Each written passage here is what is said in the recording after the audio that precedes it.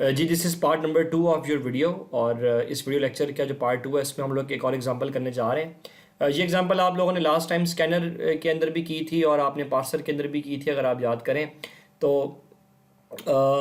Basically ये एक example थी जिसकी हमने टोकनाइजेशन की थी 2 multiply by x plus 3 multiply by y. ये हमने इसके टोकन्स बनाए थे और हमने इसी तरह से इसकी पार्सर की आउटपुट भी जनरेट की थी। मैं चाहूँगा कि आप दोबारा से इस वीडियो को थोड़ी देर के लिए पॉज करें और आप प्लीज़ जाके ज़रा इस एग्जांपल को एक दफ़ा रिवाइज़ करें, क्योंकि अब हम लोग इसका ट्री ड्रॉ करने लगे हैं। ठीक है, तो आप काइंडली थोड़ी देर के लिए वीडियो पॉज कर लें और अब ज़रा जाके इसके टोकनाइजेशन और इसकी पार्सर की आउटपुट को एक दफ़ा आप एनालाइज कर लें। ओके, अगर आपने एग्जांपल रिवाइज कर लिया तो अब हम लोग इसका ट्री बनाएंगे। पहले वही प्रोसेस है कि पहले हम इसका सिंटैक्स ट्री बनाएंगे और उसके बाद हम लोग इसका AST एब्स्ट्रैक्ट सिंटैक्स ट्री बनाएंगे। आपने काइंडली इस एग्जांपल को बहुत ज़्यादा ध्यान से समझना है। मैं हर दफ़ा टॉपिक में कम से कम 2 से 3 एग्जांपल इसलिए करवाता हूँ कि कोई कन्फ्यूजन ना रहे। जैसे पिछले एग्जांपल में अभी कोई नंबर नहीं आ रहा था, अब यहाँ पे नंबर्स भी आ गए 2 और 3, तो कोई पॉसिबिलिटी रह ना जाए। ठीक है, मेरे पास स्पेस थोड़ी सी लिमिटेड है, तो इसलिए मैं अपना कैमरा जो है वो थोड़ी देर के लिए यहाँ पे मैं ऑफ करूँगा, ताकि जो एग्जांपल आप देख रहे हैं ये एग्जांपल आपको थोड़ी इजीली समझ आ जाए। ठीक है, तो मैं अपना कैमरा टर्न ऑफ कर रहा हूँ और ताकि जो स्पेस मेरे पास मौजूद है मैं उसी के अंदर उस एग्जाम्पल को जो है मैं कंक्लूड कर लूँ। ओके, अब हम लोग एग्जाम्पल की तरफ आते हैं जी। ये हमारे पास एक एग्जाम्पल है और ये मैंने पीछे भी अभी आपको दिखाई। The example is z is equal to 2 multiply by x plus 3 multiply by y. एक चीज़ याद रखिएगा कि कहीं वेरिएबल लोअर केस में आता है, फॉर एग्जांपल स्मॉल एक्स, या अपर केस में आता है कैपिटल एक्स, इसके अकॉर्डिंग रूल और रेगुलेशन हम लोग चेंज नहीं करते। ठीक है, तो अभी हम लोग इस चीज़ को इग्नोर कर रहे हैं कि हमारे पास जो लेटर्स हैं वो कैपिटल में है या मतलब लोअर केस में है या अपर केस में है, वो हम चीज़ अभी यहाँ पे नहीं देख रहे। तो इस एग्जाम्पल के हमारे पास टोकन्स और ये जो पार्सर के आउटपुट में हाईलाइट कर रहा हूँ ये हमारे पास मौजूद है और हमने इसका अब ट्री बनाना है। और सबसे पहले हम इसका जो ट्री ड्रॉ कर रहे हैं वो सिंटैक्स ट्री है। फिर इसके बाद हम इसका मिनिमाइज फॉर्म वाला ट्री बनाएंगे जिसको हम लोग एब्स्ट्रैक्ट सिंटैक्स ट्री कहते हैं। तो स्टेप 1 आपको याद है, सबसे पहले आपने काउंट करना है कि यहाँ पे एक्सप्रेशन कितनी दफ़ा आ रहा है। अब ज़रा आप काइंडली यहाँ पे गौर कीजिएगा। एक तो मेरे पास 4 पॉइंट के ऊपर एक्सप्रेशन आ रहा है, फिर मेरे पास 6th के ऊपर आ रहा है, फिर 9th पे आ रहा है, देन 12 और देन मेरे पास फाइनली 15 पे आ रहा है। तो अगर मैं इसको काउंट करूं तो ये मेरे पास कितने बनते हैं? एक 4th पे आ रहा है, डेट इज 1, फिर एक 6th पे आ रहा है, डेट इज 2, देन मेरे पास 6th के बाद जो है वो 9th पे आ रहा है, डेट इज 3, 9th के बाद मेरे पास 12 पे आ रहा है, date is 4, and then finally मेरे पास 15 पे आ रहा है, date is 5। This simply means कि सबसे पहले तो मैंने 5 टाइम्स एक्सप्रेशन लिख के उसको आपस में ज्वाइन करना है। मेरे ख्याल ये स्टेप आपको लास्ट टाइम का भी याद होगा। तो ये मैंने 5 टाइम्स एक्सप्रेशन लिख दिया, 1 2 3 4 एंड 5। ठीक है जी, और अब मैंने इनको आपस में ज्वाइन कर दिया। ये स्टेप आपको प्रीवियस एग्जांपल से भी याद होगा। तो मैं दोबारा बता दूं कि मेरे पास यहाँ 5 टाइम एक्सप्रेशन आ रहा था और मैंने वो 5 टाइम एक्सप्रेशन लिख के उनको आपस में ज्वाइन कर दिया। अब आप जानते हैं कि हमने कुछ भी नहीं करना। मैं यहाँ पे हाईलाइट कर रहा हूँ, जरा देखिएगा। मैं पहले इस तरह करता हूँ कि मैं एक्सप्रेशंस को हाईलाइट कर देता हूँ और उसके बाद फिर मैं देखूंगा कि हमने किस तरह उसको आगे लेके चलना है। ये मेरे पास पहला एक्सप्रेशन है, ये मैं हाईलाइट कर रहा हूँ। फिर ये मेरे पास दूसरा एक्सप्रेशन वाला पार्ट है, then this is 3rd one, this is 4th one, and then finally this is 5th one. ठीक है, और हमने कुछ भी नहीं करना होता। हमने इन्हीं एक्सप्रेशंस के जो नीचे वाले मेरे पास पार्ट्स हैं, ये वाला पार्ट मैंने इसके नीचे यहाँ पे ये ड्रॉ करना है, इस वाले एक्सप्रेशन के नीचे। देन मैंने ये वाला एक्सप्रेशन अगर मैं ये कंसिडर कर लूँ, और होता भी यही है, तो मैंने ये वाला पार्ट यहाँ ड्रॉ करना है। ठीक है, देन अगर मैं 3rd वाला ये कंसिडर कर लूँ तो मैंने ये वाला पार्ट यहाँ पे ड्रॉ करना है for this one, and for this expression I am going to consider this node, और उसके लिए मैंने ये वाला पार्ट ड्रॉ करना है। और देन फाइनली इस वाले एक्सप्रेशन को अगर मैं ये कंसिडर कर लूँ तो मैंने इसके लिए ये वाला पार्ट ड्रॉ करना है। तो मेरा ख्याल है कि आपको मेरी कंप्लीट डिस्कशन समझ आ गई है। सो अब मैं बगैर टाइम ज़ाया किए मैं यहाँ पे एक्सप्रेशन टू एक्सप्रेशन चलता हूँ। सबसे पहले हम लोग कंसिडर करते हैं, मैं हाईलाइट कर देता हूँ। सबसे पहले हम लोग कंसिडर कर लेते हैं जी एक्स वाले एक्सप्रेशन को, जिसको मैं यहाँ पे हाईलाइट कर रहा हूँ। ठीक है, तो ये एक्सप्रेशन मेरे पास किन किन 2 चीज़ों में डिवाइड हुआ है। एक ये डिवाइड हुआ है टर्म में और एक ये डिवाइड हुआ है असाइन में। नॉर्मली कहानी टर्म और असाइन से ही स्टार्ट होती है। तो अगर आप यहाँ पे गौर करेंगे तो मैं करूँगा भी यही कि सबसे पहले मैंने इस एक्सप्रेशन को, ये वाला एक्सप्रेशन मैंने जो यहाँ हाईलाइट कर दिया है, ये डिवाइड होगा 2 चीज़ों में। एक मेरे पास है टर्म और दूसरी मेरे पास है असाइन। एक टर्म है और एक, पहले असाइन या टर्म लिख लें, डजेंट मैटर। आप चाहें तो यहाँ असाइन लिख लेते, यहाँ पे टर्म लिख लेते, लेकिन बेहतर यही होता है कि आप उसी ऑर्डर में लिखें जिस ऑर्डर में वो हमारे पास है। ठीक है जी। अब आपके पास बात आती है कि टर्म क्या थी। टर्म यहाँ पे थी जेड। टर्म क्या थी? जेड। ठीक है जी। और आपको याद करें कि हमने उसकी जगह क्या लिखना होता है? टोकन। तो ये मेरे पास जो पहला टोकन है वो है जेड, जो कि एक आइडेंटिफायर या आईडी है। तो मैंने यहां पे लिख दिया इस टर्म की जगह आईडी जेड। स्पेस थोड़ी सी कम है जिस वजह से मे भी आपको इशू आ रहा हो, लेकिन मैं आपकी आसानी के लिए दिखा देता हूं कि ये इस टर्म के लिए मैंने यहां पे लिख दिया है आईडी जेड। होपफुली आपको मेरी बात समझ आ गई होगी। ठीक है। और दूसरी चीज मेरे पास क्या है? दूसरी चीज मेरे पास है असाइन, जिसके लिए मैं यहां से लिख रहा हूं असाइन इक्वल। और अगर आप यहां पे आए तो आपको नजर भी आ रहा होगा कि एक टर्म है, ये आप इसको जो हैंड सा बना रहे इसको फोकस कीजिएगा। टर्म और असाइन। टर्म मेरे पास क्या है? जेड, और असाइन तो इक्वल होता है। तो एक टोकन तो आईडी जेड चला गया, दूसरा टोकन असाइन इक्वल चला गया। तो इसकी जगह मेरे पास आएगा असाइन इक्वल। ठीक है जी। ये मेरे पास सेकंड टोकन आ गया। मेरे पास ये वाला पार्ट जो है ये कंप्लीट हो गया। अब ये इस एक्सप्रेशन के बाद किसकी बारी आएगी?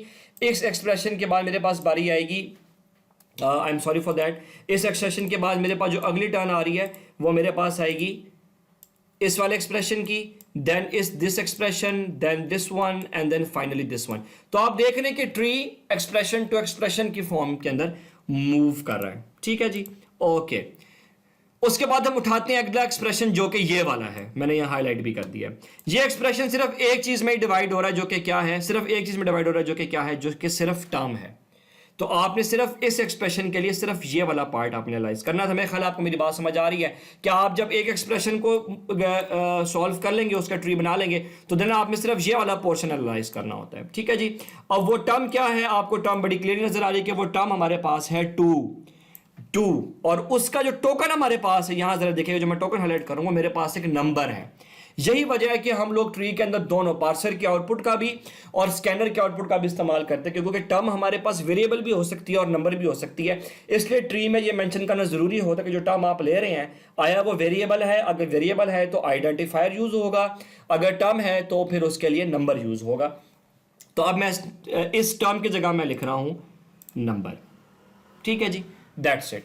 अब मैं थोड़ा सा यहां से स्पीड अप करता हूं। मेरे पास अगला एक्सप्रेशन ये वाला आ रहा है, जिसको मैंने हाईलाइट कर दिया है, दिस वन।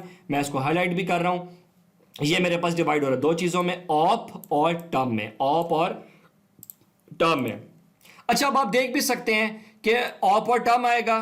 फिर आप देखें आपके पास अगली चीज क्या आ रही है, जरा जिसको मैं हाईलाइट कर रहा हूं वो देखें। अगला डिवाइड हो रहा है मेरे पास दोबारा से ऑप और टर्म में, फिर दोबारा ऑप और टर्म आएगा, और अगला मेरे पास डिवाइड हो रहा है फिर दोबारा से ऑप और टर्म में, तो फिर मेरे पास दोबारा ही आएगा। तो आप यहां से डायरेक्ट भी इनको लिख सकते हैं। जब आप एक दफा ये ट्री बना लेंगे तो फिर आपको इसको भी देखने की जरूरत नहीं पड़ेगी। ठीक है, जब आपकी अप्रोच पे डिपेंड करता है। ओके, तो अगला एक्सप्रेशन मैंने ये कंसिडर कर लिया, ये दो चीजों में डिवाइड हो रहा है, मैं हाईलाइट कर रहा हूं। ये डिवाइड हो रहा है, जरा देखिएगा, एक ऑप में और दूसरा टर्म में। ऑप क्या था? ये मल्टीप्लाई था। ये ऑप अगर आप यहां देखें तो ये मल्टीप्लाई था, ये यहां पे लिखा हुआ भी है इसका टोकन। तो मैंने ऑप की जगह लिख दिया मल्टीप्लाई, और टर्म की जगह मैंने लिख दिया आईडी एक्स, क्योंकि ये आइडेंटिफायर है। ठीक है, आई होप कि ये आपको समझ आ गई है। फिर उसके बाद मेरे पास नेक्स्ट एक्सप्रेशन आ रहा है। ये एक्सप्रेशन में दो चीजों में डिवाइड हो रहा है, ऑप और टर्म में। ऑप और टर्म में, ऑप एंड टर्म। ठीक है जी। मैं नीचे वाला इसलिए हाईलाइट कर दूं ताकि आपको पता चले कि पहले ऑप आया था एक्सप्रेशन के साथ, पहले ऑप आया था, फिर उसके बाद टर्म आया था। ऑप यहां पे हमारे पास क्या है? ये प्लस है। प्रीवियस स्टेज के अकॉर्डिंग ये हमारे पास क्या है? ये हाईलाइट मैं कर रहा हूं, ये प्लस है।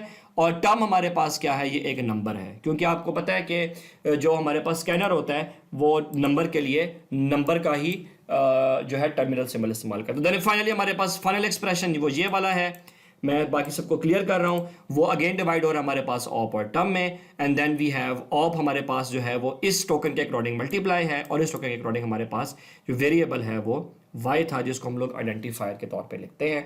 ये हमारे पास एक कंप्लीट ट्री था जो है इस वाले एक्सप्रेशन के लिए z is equal to 2 multiply by x plus 3 multiply by y, आप दोबारा से इसको बहुत क्लोजली एनालाइज करें। अब मैं ये बात यहाँ पे आपको क्लियर कर दूं कि अब आप चाहे ट्री को बॉटम से टॉप ड्रॉ करें या आई एम सॉरी, चाहे आप इसको टॉप टू बॉटम ड्रॉ करें, चाहे बॉटम टू टॉप ड्रॉ करें, मैंने तो बॉटम टू टॉप ड्रॉ किया है, इट डजेंट मैटर। लेकिन बॉटम टू टॉप ड्रॉ करने से फायदा ये होता है कि एक्सप्रेशन को लिखना आसान होता है और स्पेस भी इजीली अकोमोडेट हो जाती है, क्योंकि जब आप ऊपर की तरफ प्रोग्रेस करेंगे तो आप देखेंगे जैसे हम ऊपर की तरफ प्रोग्रेस कर रहे हैं ना, थोड़ा सा ट्री हमारा राइट साइड को जा रहा है, तो ये फायदा हो जाता है। बाकी अगर आप उसको टॉप टू बॉटम ट्रेंड में भी बनाते हैं तो जब ये ट्री बन जाएगा तो देखने वालों को पता भी नहीं चलेगा कि टॉप टू बॉटम अप्रोच हुई थी या बॉटम टू टॉप। अब आप देख रहे हैं, जो मैं यहाँ पे बात कंक्लूड कर दूं कि हम एक्सप्रेशन टू एक्सप्रेशन मूव कर रहे हैं। मैं यहां पे भी लिख देता हूं, हम लोग एक्सप्रेशन टू एक्सप्रेशन मूव कर रहे हैं और होता भी यही है, ठीक है। इसलिए हम लोग बार बार एक्सप्रेशन रिप्लेस करते थे ताकि हमारे पास जो है वो जो है हमारे पास गिवन एक्सप्रेशन है उसकी लॉजिक हमारे पास क्लियर हो जाए। तो मैं चाहूंगा कि आप दोबारा से यहाँ पे वीडियो थोड़ी देर के लिए पॉज करें और वीडियो पॉज करके आप जरा देखें कि किस तरह ये प्रोसेस सारा हुआ है, और 1 सेकंड के पॉज के बाद मैं जो है फिर आगे मूव करूंगा। ओके, आई एम बैक और मेरी वीडियो अब आपको यहाँ पे नज़र आ रही होगी। ये एग्जांपल अगर आपने समझ लिया है तो डेट इज़ वेरी नाइस। और अब हम लोग मूव करते हैं कि हमने इसी ट्री का एब्स्ट्रैक्ट सेंटेंस ट्री कैसे बनाना है। ये मेरे पास ओरिजिनल ट्री है, इसका पासिंग ट्री, और अब मैं आपको रिड्यूस करके इसका एब्स्ट्रैक्ट सेंटेंस ट्री बनाऊंगा। तो आप याद कीजिएगा कि मैंने बताया था कि जो मेरे पास लिखा हुआ है मैं यहाँ लिख के z is equal to 2 multiply by x plus 3 multiply by Y.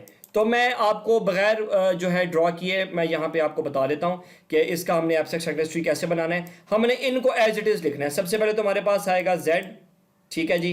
फिर हमारे पास आएगा सेकंड नंबर पे हमारे पास आई एम सॉरी, मैं इसको यहाँ पे दोबारा से आपकी आसानी के लिए ड्रॉ कर लेता हूँ ताकि विजिबिलिटी ठीक हो जाए। दूसरा हमारे पास है यहाँ पे इक्वल, ये मैं शायद मेरी वीडियो की वजह से आपको नज़र नहीं आ रहा तो ये देख लीजिएगा। पहला हमारे पास z है, आप ऊपर टॉप पे देख लो। दूसरा मेरे पास है इक्वल। फिर मेरे पास है 2 एंड x, तो मैं यहाँ पे लिखूंगा 2 और यहाँ पे मैं लिखूंगा x, और इन दोनों के बीच में क्या है मेरे पास मल्टीप्लाई। फिर मेरे पास बीच में जो है वो दोबारा से जो है वो प्लस आ रहा है, और फिर उसके बाद मेरे पास है 3 मल्टीप्लाई बाय y। तो मैं यहाँ पे लिख देता हूँ 3 फाइन, और मैं यहाँ से इसको अरेज कर देता हूँ ताकि आपके लिए आसानी हो।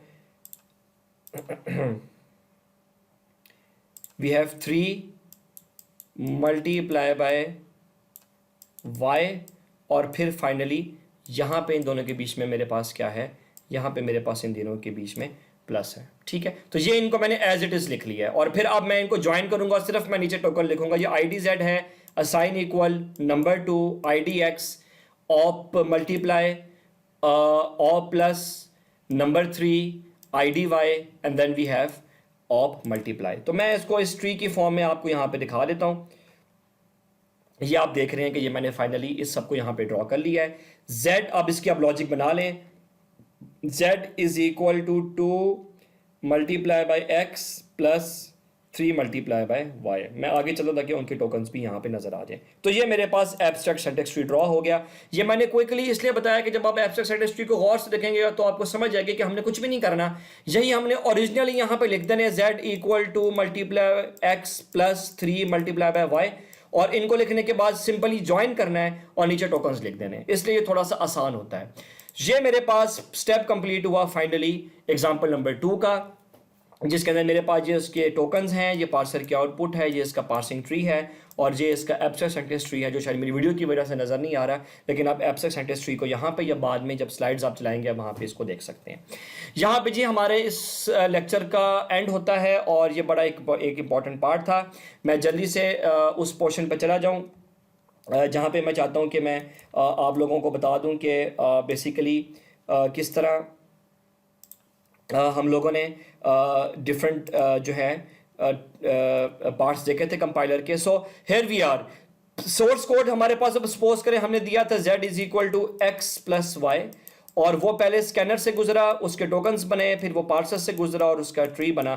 तो ये फ्रंट एंड कंपाइलर का आप सक्सेसफुली समझ चुके हैं, और इसके बाद अब हम लोग मूव करेंगे बैक एंड वाली साइड पे, लेकिन उससे पहले हमने एक जनरलाइज स्ट्रक्चर ऑफ कंपाइलर भी पढ़नी है। यहाँ पे मैं ये लेक्चर इसलिए भी एंड कर रहा हूँ क्योंकि मैं चाहता हूँ कि हम इस पार्ट को थोड़ा सा आप बाद में इसको ज़रूर पढ़ें। आप एग्जाम्पल काइंडली गौर से देखिएगा। एक इंपॉर्टेंट अनाउंसमेंट मैं इस लेक्चर के एंड में कर दूं, आप जरा जी गौर से सुनिएगा। अब आपको इस लेक्चर की जो हमने जितने भी पढ़े हैं 4 लेक्चर्स की, इसकी अब आपको एक असाइनमेंट मिलेगी। असाइनमेंट में अभी इसलिए अपलोड नहीं कर रहा क्योंकि मैं पहले असाइनमेंट सबमिट कराने का प्रोसेस आपको बताऊंगा कि असाइनमेंट आप सबमिट कैसे कराएंगे, गूगल क्लासरूम पे असाइनमेंट सबमिट कैसे होती है, उसकी डेडलाइन कैसे देखी जाती है, आपने फाइल कैसे अपलोड करनी है and so on so fourth. तो वो असाइनमेंट के जो मेरे पास क्वेश्चंस हैं और जो मेरे पास उसको सबमिट करने का प्रोसेस है, मैं उसकी एक शॉर्ट वीडियो बना के आप यहाँ पे परसों में अपलोड कर दूंगा क्योंकि मेरा अभी कंपाइलर का एक और लेक्चर भी होना है। जब वो हो जाएगा तो उसके बाद मैं वो अपलोड कर दूंगा। आपने उन गाइडलाइंस को फॉलो करते हुए आपने गूगल क्लासरूम के ऊपर अपने असाइनमेंट्स को अपलोड करना है। डोंट वरी, मैं प्रोसेस सारा कंप्लीट समझाऊंगा। मैं ये जरूर बताता चलूँ कि असाइनमेंट्स आपने ज़रूरी नहीं है कि आपने वर्ड पे बनानी है या आपने पावर पॉइंट पे बनानी है। आप अगर उसको बाय हैंड भी बना रहे हैं और हैंड रिटन फॉर्म में भी बना रहे हैं तो असाइनमेंट नीट होनी चाहिए, ठीक है। That is the fundamental thing कि जब आप उसकी स्नैपशॉट ले रहे हैं अपने मोबाइल फ़ोन से, मैं कोई हार्ड एंड फास्ट रूल नहीं लगा रहा कि आपने वर्ड में ही बनानी है क्योंकि ऑनलाइन सिस्टम है, स्टूडेंट्स के पास लैपटॉप की फैसिलिटी नहीं हो सकती या कोई और इशू हो सकता है। तो आप बेशक उसकी स्नैप्स ले लें मोबाइल फ़ोन से जब जिन पेजेस पे आप करेंगे। अगर आप शॉर्ट फॉर्म में बना रहे हैं तो बहुत अच्छी बात है। इन्हीं स्लाइड्स को जो मैं अपलोड करूंगा आप बेशक इन्हीं को एडिट करके बना लें, मुझे कोई प्रॉब्लम नहीं है। लेकिन ये है कि जब आप बनाएं, आप जिस फॉर्म में भी बनाएं, आपने असाइनमेंट बहुत नीट बनानी है। सो असाइनमेंट के क्वेश्चंस और उसको अपलोड करने का प्रोसेस मैं आपको अगले लेक्चर में बता दूंगा। So that was all about this lecture. Practice कीजिए। और एक क्वेश्चन जो मैंने यहाँ पे नहीं एग्जाम्पल के तौर पे किया वो मैं आपको बता देता हूँ कि आपने जो लेक्चर नंबर 3 के अंदर एक और मैंने एग्जांपल आपको ट्री जो है पार्सर की सिखाई थी। That was z is equal to x plus 3 minus 2 multiply by y। मैं चाहूँगा कि आप इसी का ट्री बनाएं, इसका आप सिंटैक्स ट्री भी बनाएं और इसका एब्स्ट्रैक्ट सिंटैक्स ट्री भी बनाएं। आप इसकी प्रैक्टिस करें जब तक इंशाल्लाह आपकी असाइनमेंट भी आ जाएगी। इस असाइनमेंट की प्रॉपर ग्रेडिंग होगी और जब आप असाइनमेंट सबमिट कराएंगे आप अपने नाम के साथ कराएंगे और फिर मैं आपको जब इसका सबमिशन प्रोसेस बताऊंगा तब मैं आपको समझा भी दूंगा। और इसी तरह से आप इस एग्जांपल की जरूर प्रैक्टिस कीजिएगा। x is equal to 2 minus 7 multiply by y plus 5 multiply by z। तो इसका ट्री थोड़ा सा लेंथी बनेगा बट नो प्रॉब्लम, आप जितनी एग्जांपल लेंथी करेंगे उतनी ज़्यादा आपकी प्रैक्टिस भी होगी, ठीक है जी। सो इंशाल्लाह we will meet in the next lecture, in lecture number 5। That was all about this lecture. Stay home, stay safe.